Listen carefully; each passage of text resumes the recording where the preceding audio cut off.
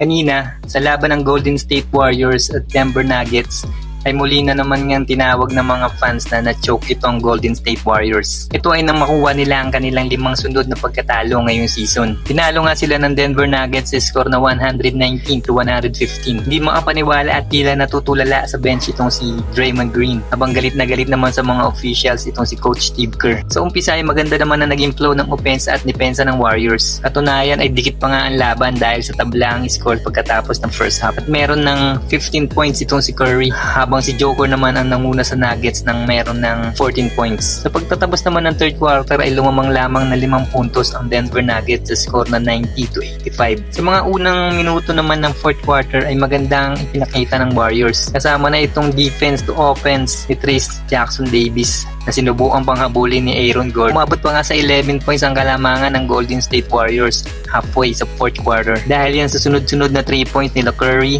Payton at Moses Moody. Ang score ay 109-98 with 6 and 13 left sa game clock. Pero last 2 minutes ay nakalapit ang Denver Nuggets dahil sa magkakasunod na scoring nila Porter Jr. at Nikola Jokic, 115-111. 1 minute and 19 seconds left sa fourth period ay tuluyan na ngang nakatabla ang Nuggets. Dahil yan sa fake and jump shot na ito ni Jokic, 48 second ang mabaul ni Payton ang easy dunk na sana ni Gordon. Nagresulta yan sa 2 free throw na nagbigay ng kalamangan sa Nuggets, 117-115. 22 seconds, na turnover pa ni Wiggins ang bola at napunta sa kamay ni Jamal Murray. 14 seconds left, another 2 free throws para naman kay Jokic, 119-115. 2 possession na ang kalamangan para sa Nuggets. Kaya naman natulala na lang sa bench itong si Draymond Green. Nabura ang 11 points na kalamangan at tuluyan na nga nakuha ng Warriors ang kanilang ikalimang sunod na talo. Galit na galit pa si Steve Kerr sa mga officials. Hindi daw kasi nabigyan ng technical si Christian Brown. Sa play na ito kasi, kitang tumawag siya ng timeout kahit wala na silang natitirang timeout. Pinangunahan naman ni Nikola Jokic ang panalo ng Nuggets. Nagtala siya ng 38 points at 10 rebounds. Si MPJ naman ay merong 22